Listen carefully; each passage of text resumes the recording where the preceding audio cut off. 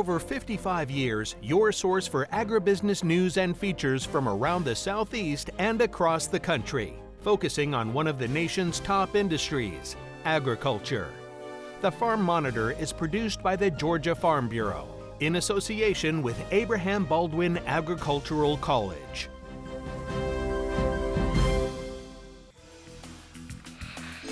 Hello, friends and family. Welcome to another week of the Farm Monitor, your go-to source for all things Georgia agriculture. Ray DeLessio alongside the one and only Jennifer Parson. Or JP for short. Suffice it to say, we've got a fantastic lineup for you today. So sit back, relax, and let's dive into the wonderful world of agriculture together, shall we? Coming up, helping young entrepreneurs get a head start on their business dreams. We'll show you how the Georgia Flex program is giving rural high school students the tools and support they need to succeed. Before the holiday rush begins, there's a lot more happening at this Christmas tree farm than meets the eye. Coming up, we'll take you behind the scenes to see the years of hard work that go into growing the perfect tree. Plus, ready to turn a classic veggie into a crunchy delight?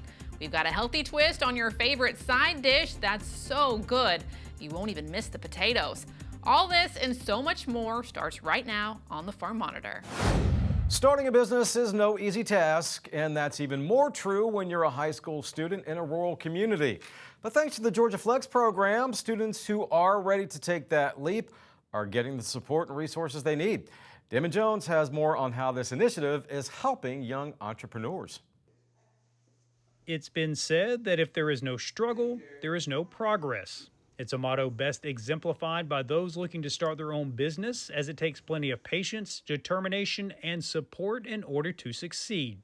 And the latter is exactly what the Georgia Flex program is looking to provide for high school students hoping to take that next step. As the students start their entrepreneurial journey, the community rallies around them by providing them mentors from the business community, which is really different than reading about how to run a business from a book, right? I think anybody who's run a business can attest to that you just never know what each day is going to hold. So we try to match the students with businesses that are similar, or really any business person can give them great feedback about their business and kind of share their experience with them and encourage the students. Giving these young entrepreneurs a community to fall back on for advice and inspiration provides an invaluable tool during the difficult times. You definitely can't do it alone. We say all the time, it takes a village, and it truly does take a village in entrepreneurship. And so I'm so grateful for the Flex program and the community that it makes. So not only do we have connections all across the state, but we also have these connections with other student entrepreneurs who are going through the same experience. And it's great to be able to build that network and be able to have supporters and know who you can go to when you have questions. With the focus of this program centered around rural areas of the state, it benefits not just the students and their businesses, but also the long-term health of their communities. And so it works especially well in rural communities who are trying to really create some stickiness with their students and to keep them in their community to start and grow their own businesses. And it's also great because those communities typically only have one or two school systems, and so everybody can rally around those students. And learning through experience is the most valuable way to gain those skills needed to thrive. The Flex program was pivotal in me running my business. Not only did it teach me skills like learning how to keep track of my finances, learning how to market my business, learning how to network with people in the community, but it made me fall in love with entrepreneurship and my business in general. That support, along with state and local competitions offering thousands of dollars worth of prize money, could be the push students need to chase their dreams. The Flex program is great if you're even thinking about entrepreneurship, and it's great because it encourages you to take the leap as a student, and so you don't have to wait until you've got it figured out or you're out of high school or college. You can take the leap as a high school student, and we're going to provide facilitated steps to help you make your dream turn into a business. When you ask any entrepreneur if they waited until it was perfect or they had everything figured out, they probably would have never started their business. And so we encourage students to really just jump in and get started. We encourage them to fail fast, fail often, and always fail forward. So every time you have a failure, that's just taught you one way that something doesn't work. So just find the next way. Reporting from Fitzgerald, I'm Damon Jones for the Farm Monitor. Yep, it's getting warmer outside, and sure, Santa and his elves are probably still lounging on a beach somewhere, but You know what? It's never too early to start thinking about Christmas. Not at all. And even though most of us are still recovering from last year's holiday spending spree, Georgia's Christmas tree farmers are already gearing up for the season ahead, making sure they have the perfect trees ready when the time comes. John Holcomb takes us to one farm in Newton County that's already putting in the work. Come November and December, this Christmas tree farm will be bustling with people searching for the perfect tree for their home. However, what most don't realize is the amount of time and energy that goes into growing them, a process that, according to Berry's tree farm owner, Chuck Berry, takes several years. Most people think of a Christmas tree farm, they just think of it at Christmas time. November and December are fun months, and then after Christmas, the work begins. It's just like any other crop. You have to plant it, you have to maintain it, and it takes probably about 5 years for these trees behind us to make mature age where they're ready for cutting. So today we're planting trees. We try to do that in January and February, try to get them in the ground and get them established before the drier months come. So we'll plant about 3,500 this year, about 4 different varieties, and it takes them anywhere from 4 to 6 years to mature.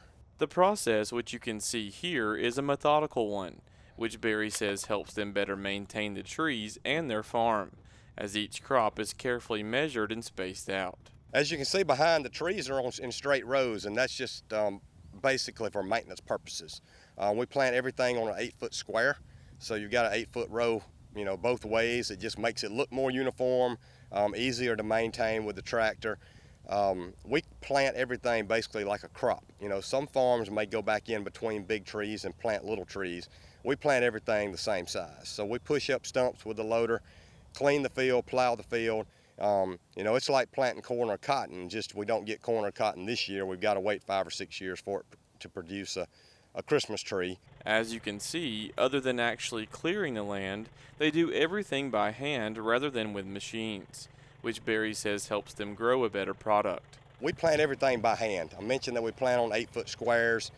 We don't plant with a machine. We just get a better product if we can manually dig the holes. It looks like a daunting task, but with a good crew and good weather, we can plant close to 2,000 trees in a day. Yes, we're digging them by hand with hole diggers, but the land is prepared and it doesn't take much to dig a hole big enough to put a gallon pot in. So it just pays dividends later on when everything's in straight rows and we've actually put it in the ground one at a time. According to Berry, once they get the trees in the ground, the hard part is out of the way, as he says Christmas trees are typically low maintenance. They pretty much hold their own. You know, once we get them planted, as long as we've got ample rainfall in the spring, then they do good. Most of the trees, drought doesn't affect them very much. Most of the time they just go into a dormant stage. You know, they don't die, but you don't get any growth. So once these trees are planted, outside of maintaining with trimming or cutting grass or spraying fungicide, once the stakes are there and they're tied, they're ready to go. So, you know, it takes a lot of work, but to say that they're high maintenance is probably not the case. The biggest thing to make a Christmas tree is the trimming. And if we didn't trim them twice a year, they would basically just look like an ornamental bush. And it takes that trimming to make that shape and to also make them thicker. So the more you trim, the thicker they get. Reporting in Covington for the Farm Monitor, I'm John Holcomb. Move over French fries. There's a new crispy contender in town. We're roasting up some deliciously seasoned carrot fries and baking a tart that looks fancy but is oh so easy to make. It's all happening next on Meals from the Field.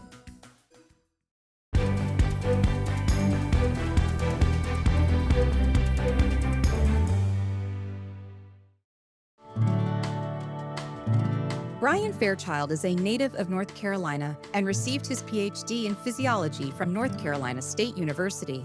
He has been on the faculty of the University of Georgia Department of Poultry Science for 23 years, where he is a professor and extension poultry scientist, focusing on poultry management, poultry house environmental control, and energy conservation. Dr. Fairchild has established himself as an authority in poultry house environmental control over the past 22 years as a poultry extension specialist. The extension information he has produced and training he has provided has been used to improve poultry housing and poultry performance worldwide. Dr. Fairchild travels domestically and internationally, providing seminars on the principles of broiler management and poultry house environmental control, and also co-coordinates 2 ventilation workshops every year for both national and international attendees. This year, the Poultry Science Association recognized his work and awarded him with their prestigious Fibro Extension Award, the highest national award an extension poultry scientist can receive. Congratulations to Brian Fairchild, winner of the 2024 D.W. Brooks Award for Excellence in Extension.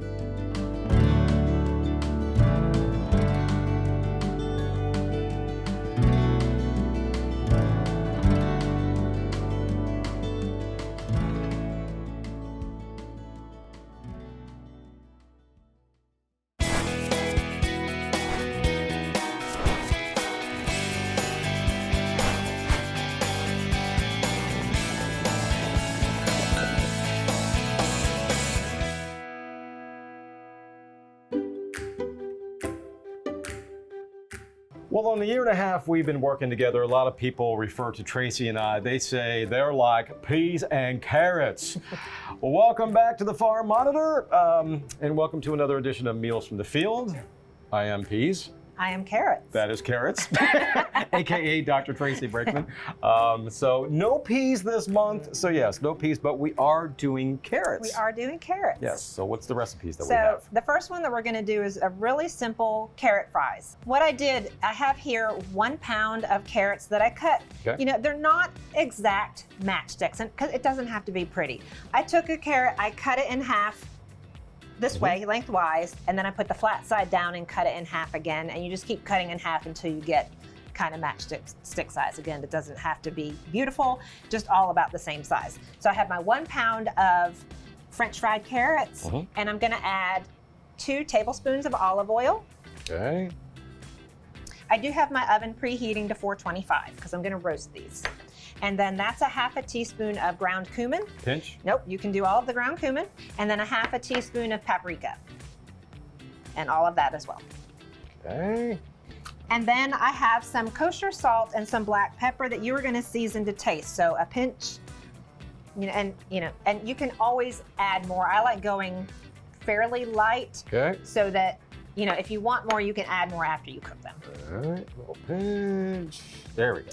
And again, we're just gonna give another stir to make sure that there's no pockets of all salt or all pepper. Yep, that one doesn't wanna mix in, there we go.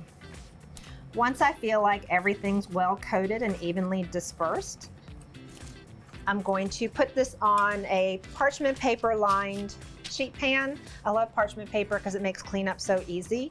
For other things it won't stick. This obviously wouldn't stick anyway, but I'm gonna pour this out and just make sure that they're evenly dispersed for even cooking. That looks pretty good. I'm gonna put these then in the oven for 20 minutes until they're done. I don't want them super mushy. I want a little bit of crunch to them because we're gonna make a dip. So that is 1/3 of a cup of mayonnaise. Okay. And then we're gonna add 2 teaspoons of chipotle sauce. Same thing? Yep, Okay. all of it. And then this is the juice from a fresh lime. All right. And then you're just gonna mix that together. In full disclosure, that dipping sauce a little tart, which is a really good transition because we are going to make a tart. That's Carrot right. tart? We're gonna do a caramelized carrot and onion tart. So this is gonna look really fancy, but it is super easy to make, and that's why I love it. So what I have here is a sheet of puff pastry that I thawed out overnight in the refrigerator. So it comes in the freezer section. I thawed it out, and then I rolled it out because when you purchase it, it comes in trifold. So I thawed it, opened it up, rolled it out to about 11 by 11. If you're a little bit longer than that, shorter, yeah, that's fine. And I do have it on a piece of parchment paper so that it won't stick. So to make my tart look pretty, I'm going to take a paring knife and about a 1/2 inch around the edges, I'm gonna make a shallow cut. I don't wanna go all the way through, but you'll see when it comes out, it'll puff up the sides to make it look really pretty. So again, 1/2 inch on each side. If you don't have to measure it, close enough, right? So once I've done that, again, not all the way through, I'm gonna take what I have here is an egg wash. So it's 1 egg and 1 tablespoon of water. I only wanna do my edges with the egg wash. If you do not have an egg wash, you can do melted butter and brush melted butter along the sides. So once I have the egg wash just on the border, I'm gonna put that in a preheated 425-degree oven for about 10 minutes. While that is cooking for those 10 minutes, I'm gonna start working on my toppings. So over here, I have, this is a half a pound of carrots that I sliced into 1/4 inch slices. I added 1 tablespoon of olive oil and a half a teaspoon of salt, and I sauteed them for about 10 minutes. You can see that they have started to caramelize. Okay, so once they're caramelized, I am going to add 1 tablespoon of vegetable stock. And then I'm gonna cover it and let that cook on medium for about 5 minutes. So I have it caramelized. I wanna make sure that my carrots are done. So this will help finish cooking the center of it. So 5 minutes for my carrots. And then you'll see on this stovetop, this is 2 medium onions that we sliced very thin in half-moon shapes. And I added 2 tablespoons of butter. And I sauteed it. You can see they're translucent. They're starting to turn brown. Once I get to that point, I am going to add 2 tablespoons of vegetable stock. And then 1/4 teaspoon of salt and 1/4 teaspoon of pepper. And then I'm just gonna cook that until the liquid gets absorbed. So you can see we have the nice egg wash. It has puffed beautifully. What we're gonna do now is we wanna leave the edges puffed so it'll look pretty. Okay. But I want you to gently push down the center. The first thing that I'm gonna put on here is, this is 1 cup of freshly grated Parmesan cheese. So I want you to put it in the middle, not on the borders, and even it out as best you can. Okay. So we have our 1 cup of grated Parmesan, and then we're going to add our 2 medium onions that we sauteed. And then we have the star of the show, our carrots. And then the last thing that we're gonna do once I have everything spread out evenly, I like using a pastry brush to do this. You're gonna kind of drizzle olive oil over the top of it. And then we're gonna put this in the oven and again at 425 and bake for an additional 10 to 15 minutes until it's nice and brown. 2 somewhat healthy recipes, Yeah. Healthy carrot fries. That's right. Carrot tart.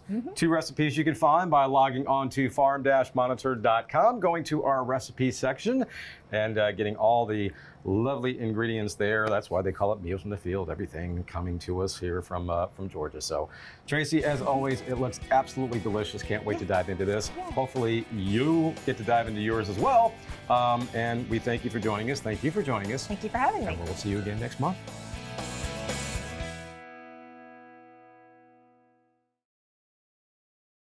Ray and Tracy, thanks so much. After the break, how strategic fertilization decisions could impact your bottom line. Stay tuned.